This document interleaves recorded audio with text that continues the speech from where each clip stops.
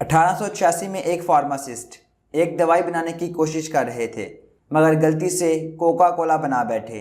ان pharmacist کا نام جان پیمبرٹن تھا۔ جان پیمبرٹن کی زندگی کے دوران کوکا کولا زیادہ مشہور نہ ہو سکی کیونکہ اس وقت امریکہ میں سوڈا کا زیادہ رواج نہیں تھا، مگر سوڈا مشہور ضرور ہو رہا تھا۔ کوکا کولا نے اپنے ابتدائی اشعاروں میں دعویٰ کیا کہ کوکا کولا سر درد کو ٹھیک کر دیتی ہے۔ پھر ان کی وفات کے بعد کوکا کولا امریکہ کی سب سے زیادہ بکنے والی ڈرنک بن گئی۔ کچھ اسی قسم کی کہانی پیپسی کی ہے۔ 1893 میں کیلب بریڈم نے پیپسی بنائی۔ انٹرسٹنگ فیکٹ یہ ہے کہ کیلب بریڈم بھی ایک فارماسسٹ تھے۔ اگر پیپسی کے کچھ ابتدائی اشتہاروں پر نظر دورائیں تو پتہ چلتا ہے کہ پیپسی بد ہضمی کو ٹھیک کرنے کا دعویٰ کرتی ہے۔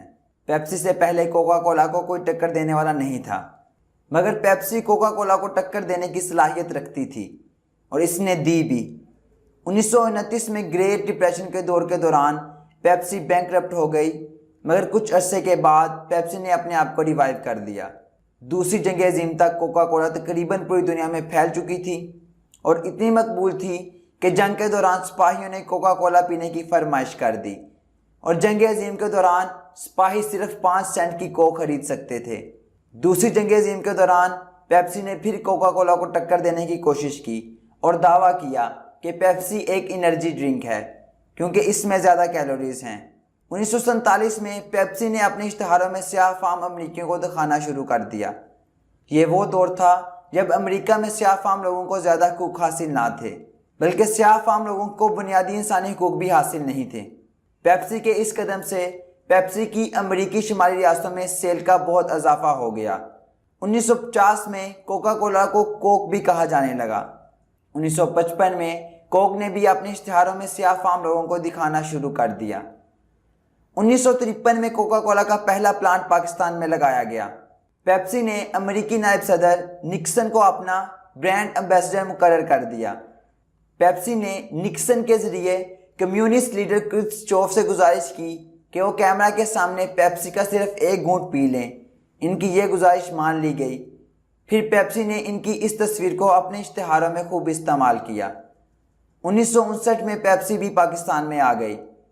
کوک اور پیپسی کے درمیان رائیولی تقریباً 1 صدی سے چل رہی ہے۔ نہ صرف پوری دنیا میں بلکہ پاکستان میں بھی یہ جنگ انتہائی شدت کے ساتھ لڑی گئی۔ پوری دنیا کے برعکس پیپسی پاکستان میں زیادہ پسند کی جاتی تھی اور 80 کی دہائی میں پیپسی کے پاس 70% سے بھی زیادہ شیئر آ چکا تھا اور کوک تقریباً مارکیٹ سے ختم ہو چکی تھی۔ 80 کی دہائی میں پیپسی نے عمران خان، وسیم اکرم اور تمام مشہور سیلیبریٹیز کو اپنے اشتہاروں میں لانے کا فیصلہ کیا، جو اگلی 2 دہائیوں تک جاری رہا۔ شاہد افریدی، وقار یونس، شعیب اختر وغیرہ سب پیپسی کے اشتہاروں کی زینت ہوا کرتے تھے اور پیپسی نے مارکیٹنگ کی جنگ ہمیشہ واضح مارجن سے جیتی۔ پیپسی نے یہ جنگ جیتنے کے لیے کچھ منفی حربے بھی استعمال کیے، لیکن ان کا رزلٹ ہمیشہ پیپسی کے لیے مثبت رہا۔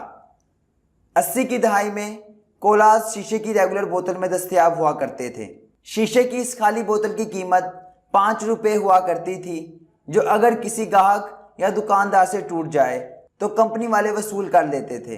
پاکستان کی شیشے کی بوتل بنانے والی صرف 2 ہی کمپنیاں ہوا کرتی تھیں جو پیپسی اور کوک کو بوتلیں سپلائی کیا کرتی تھیں۔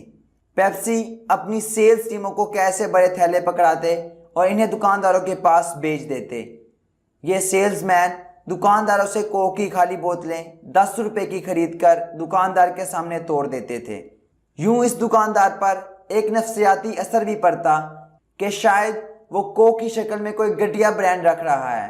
جب کوک والے اس دکاندار سے بوتلوں کا مطالبہ کرتے تو وہ 5 روپے فی بوتل کے حساب سے انہیں دے دیتا اور یوں دکاندار کو فی بوتل 5 روپے منافع بھی ہو جاتا تھا۔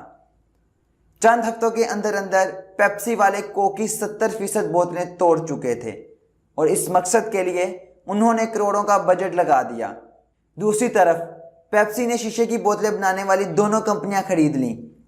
جب کوک والوں کو خالی بوتلیں ملنا بند ہو گئیں اور بوتلیں بنانے والی کمپنی نے انہیں بوتلیں دینے سے بھی انکار کر دیا تو ان کا مارکیٹ شیئر نیچے آ گیا۔ یوں 80 کی دہائی سے پیپسی مارکیٹ لیڈر بن گیا۔ سن 2000 کے بعد کوک نے اپنی اسٹریٹجی کو بدلا اور شیشے کی جگہ پلاسٹک کی بوتلیں متعارف کروائیں۔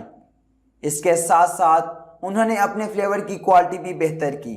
اس کے ساتھ ساتھ کوک نے سب سے بڑا کامیاب فیصلہ جو کیا وہ تھا کوک اسٹوڈیو کا قیام، جس کے ذریعے پوپ اور کلاسیکل میوزک کو ریپروڈیوس کر کے نوجوان نسل میں مقبول بنایا گیا۔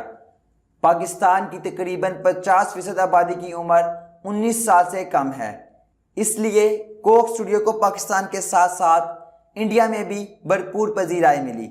کوک اسٹوڈیو نے نوجوان نسل کو اپنا گرویدہ بنا لیا، اور اس وقت عالم یہ ہے کہ اس وقت کوک کا مارکیٹ شیئر 75% سے بھی اوپر پہنچ گیا ہے، اور پیپسی سکر کر 20-22% تک رہ گئی ہے۔ جو کامیابی پیپسی نے منفی ہتھ کنڈوں سے حاصل کی تھی وہ کوک نے مثبت طریقے سے حاصل کی۔ یہ ایک نہ ختم ہونے والی رائیولری ہے۔ پیپسی نے کوک کو دوبارہ ٹکر دینے کے لیے Pepsi battle of the bands کا آغاز کیا۔ اب پیپسی دوبارہ اپنا سکہ جمانے کی کوشش کر رہی ہے، مگر اب یہ آسان کام نہیں۔ اس وقت کوک کے پاس 50% کے قریب شیئرز ہیں، پیپسی کے پاس 20% اور باقی کمپنیز کے پاس تقریباً 30% شیئرز ہیں۔ ابھی تک کے لیے اس ویڈیو کو لائک کریں، شیئر کریں اپنے دوستوں کے ساتھ، اپنی رائے کا اظہار کمنٹ باکس میں کریں، ہمارے چینل کو سبسکرائب کریں اور ساتھ بنے بیل آئیکن کو پریس کر دیں تاکہ آپ کو ہماری ہر ویڈیو کا بر وقت نوٹیفیکیشن ملتا رہے۔ And finally, thanks for watching.